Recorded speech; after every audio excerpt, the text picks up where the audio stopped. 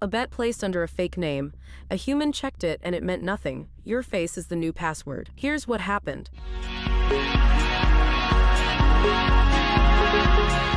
Someone opened a betting account using just one letter for their name. Their address, an old office building. Nobody checked before the money started moving. The UK's gambling watchdog just found this happening on real platforms people trust with their bank cards. Build, the company confirmed nothing until you tried to take money out. Here's why this matters even if you never bet.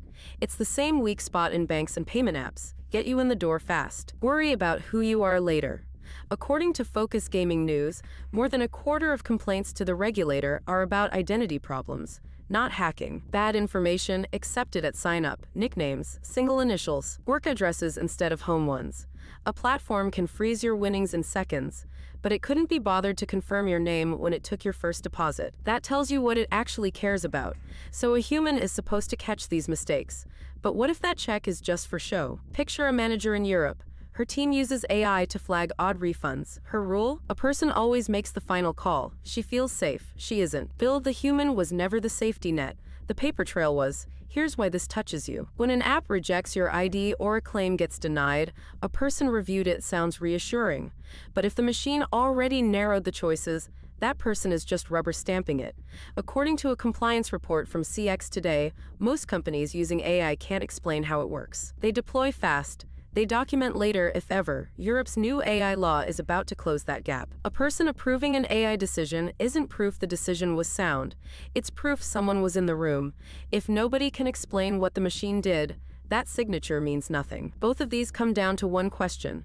Can you prove who someone really is? You unlock your phone with your face. You log into your bank the same way. That quiet habit is now the fastest growing use of face technology on Earth. Build face checks are becoming as normal as passwords. Here's what most people get wrong. They picture cameras scanning crowds. But that's not what's growing. It's your bank comparing you to a photo you already gave them. According to Research Nester, the face tech market will nearly quadruple by 2035. And most of that growth is the simple kind. Your live face matched against your own ID, not a search through millions. An industry quadrupling doesn't mean you should be 4 times more worried. It means you should be 4 times more informed.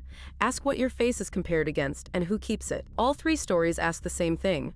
Who is really behind this account, this decision, this face? A betting site skipped it. A company hid it behind a human, and Face Tech is trying to answer it.